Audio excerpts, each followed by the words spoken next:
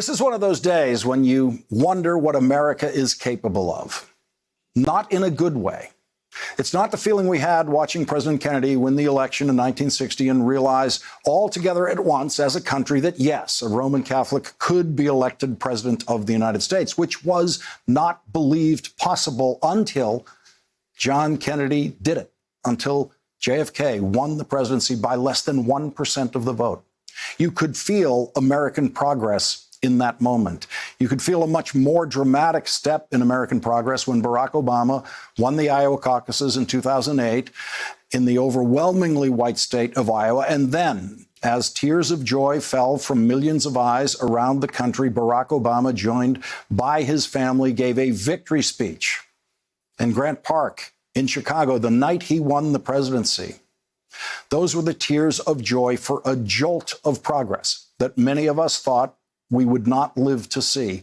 A black man standing in a park named for the general who won the war that ended slavery in this country, accepting victory in a presidential campaign. You had a right to feel then that women were next. You had a right to feel that surely a woman could break through the barrier blocking them from the presidency. At the beginning of this presidential campaign, you had a right to believe, as I did, that it was possible that the Democratic Convention would nominate a woman for president and a woman for vice president because the most qualified field of women candidates in history were running for president. 4 United States senators, 2 of them representing the 2 biggest states with Democratic senators, California and New York.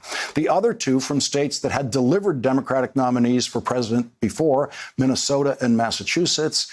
And now they are all gone from the presidential campaign. And you have a right to wonder what America is capable of. You have a right to wonder what it takes for a woman to win the presidency.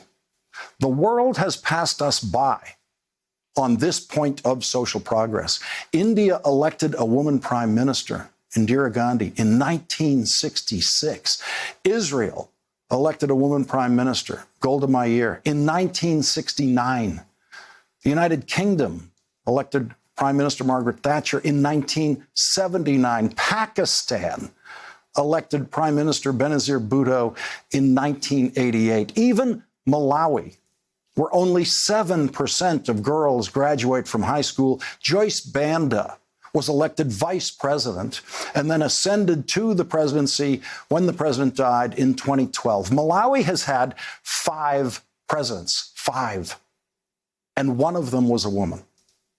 The United States is on its 45th male president, and you have a right to be tired of men running for president. You have a right to be tired of watching men take the oath of office. You have a right to shed a tear today over where women are in American politics, or as Nancy Pelosi put it today, almost cry when she was asked about Elizabeth Warren dropping out of the presidential race. Every time I get introduced as the most powerful woman, I almost cry because I think, I wish that were not true. I so wish that we had a woman president of the United States, and we came very close to doing that, a woman who was better qualified than so many people have sought that office and even won it. But I do, I think the American people are ready. She's so right.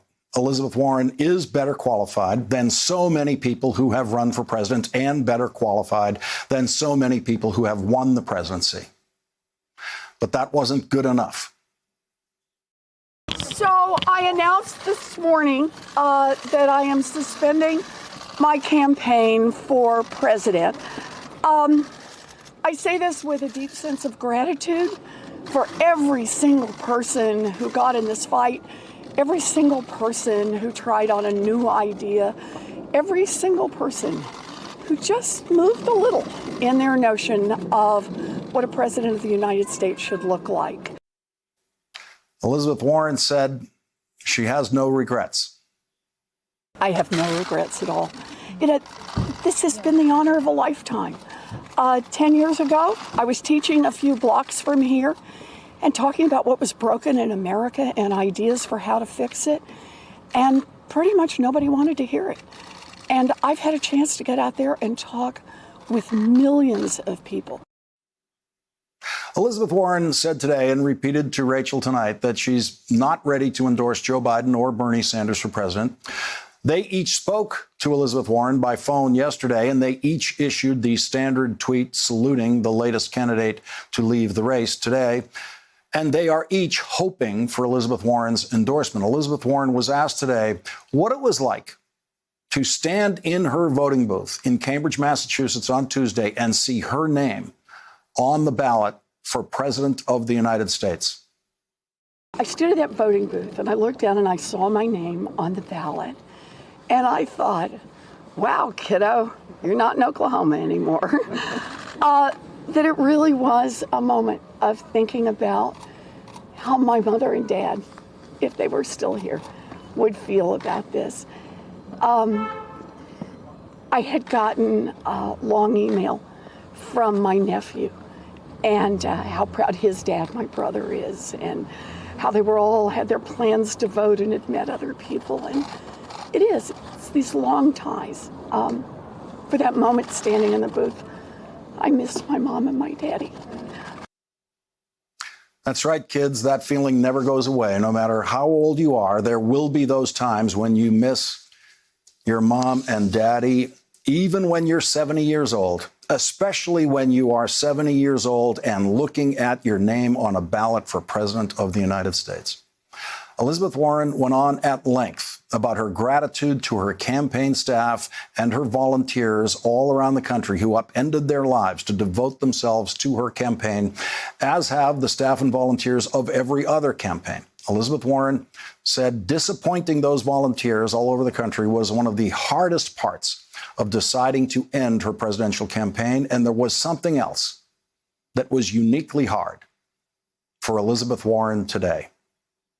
One of the hardest parts of this is all those pinky promises and all those little girls who are going to have to wait 4 more years.